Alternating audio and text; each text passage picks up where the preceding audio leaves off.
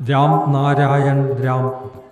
പ്രകൃതിയുടെ സ്വഭാവ തത്വത്തെ അറിയുന്നവർക്ക് മാത്രമേ പ്രകൃതിയുടെ യഥാർത്ഥ രഹസ്യം പറയാൻ കഴിയൂ. പ്രകൃതിയുടെ അത്യന്തം സ്വഭാവത്തിൽ ലയിച്ചിരിക്കുന്നവർക്ക് മാത്രമേ സാധന എങ്ങനെയാണെന്ന് അറിയാവൂ. പ്രകൃതിക്ക് ഒരിതം ആഴത്തിലുള്ള ഉദ്ദേശ്യമുണ്ട്. അതിനാലാണ് സൃഷ്ടിയുടെ ചലനവും ഇന്നും തുടരുന്നത്. ആ ഉദ്ദേശ്യം എങ്ങനെ സഫലമാകും എന്ന് ആലോചിച്ചാൽ അതാണ് സൃഷ്ടിയുടെ നിയമം. നമ്മുടെ ഏക കർത്തവ്യം ആ മഹത്തായ ഉദ്ദേശ്യത്തെ സൃഷ്ടിനിയമത്തിൽ അറിയുക എന്നതാണ്. അതെങ്ങനെ അറിയാമെന്നതും അതിനായുള്ള ആകുലതയും നമ്മിൽ തന്നെ ഉള്ളതാണ്. എങ്കിലും നമ്മൾ അറിയാൻ തയ്യാറല്ല. അതിനാൽ തന്നെ അറിയാനാകുന്നില്ല. കാരണം ആ നിയമം നമ്മിൽ തന്നെ ഉണ്ടെന്ന് മനസ്സിലായിട്ടില്ല. നമ്മൾ അറിയാൻ ആഗ്രഹിച്ചാൽ അറിയാം, ആഗ്രഹിക്കാത്ത പക്ഷം അറിയാനാകില്ല. പുറത്തുനിന്ന് അറിയാൻ ശ്രമിച്ചാലും ഉള്ളിൽ ആഗ്രഹം ഇല്ലെങ്കിൽ അപ്പോൾ പോലും അറിയാൻ കഴിയില്ല. ഏകാഗ്രതയുടെ നിയമം എന്താണ് എന്ന് ചോദിച്ചാൽ ഒരേ കാര്യം വീണ്ടും വീണ്ടും ചിന്തിച്ചാൽ അതാണ് വിജയിക്കുന്നത്. ഏകാഗ്രതയുടെ പ്രധാന ഉദ്ദേശ്യം ഇതാണ്.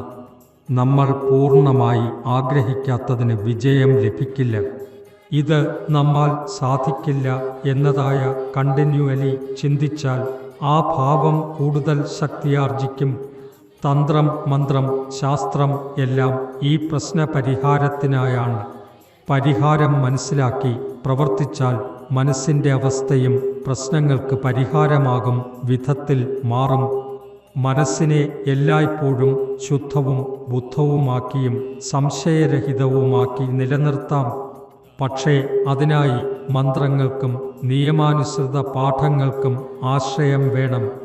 സഹജമായ ആലോചനയിൽ ആചാരപരമായ സത്യവുമായിരിക്കാൻ കഴിയും. ഏത് മാർഗം സ്വീകരിച്ചാൽ എല്ലാം നേടാമെന്നത് മനസ്സിലാകും. പണച്ചെലവിൽ ആചാരങ്ങൾ ചെയ്യുക എല്ലാവർക്കും കഴിയില്ല.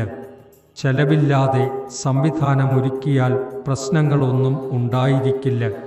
നിയമത്തിൻ്റെ ആവശ്യമില്ലാതെ തന്നെ എല്ലാ പ്രശ്നങ്ങൾക്കും പരിഹാരമാകും. ഇത് എല്ലാം മനസ്സിലാക്കുന്നത് തത്വത്തിലും ശാസ്ത്രത്തിലും പരിസ്ഥിതിയിലും ആശ്രയിച്ചിരിക്കുന്നു. അതിലാണ് തത്വജ്ഞനും ബ്രഹ്മജ്ഞനും ആകുന്നത്. സാധകരായവർ അങ്ങനെ തന്നെയാണ് ചെയ്യുന്നത്. എല്ലാവരും തങ്ങളുടെ സ്വന്തം സാധനയിലൂടെയാണ് വികസിക്കുന്നത്.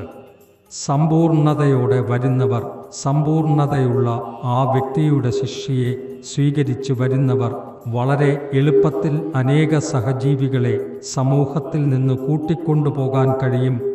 ബ്രഹ്മജ്ഞനും ജന്മജാത മഹാനായ വ്യക്തികളും വൻ ശിഷ്യയോടെ ജനിക്കുന്നു.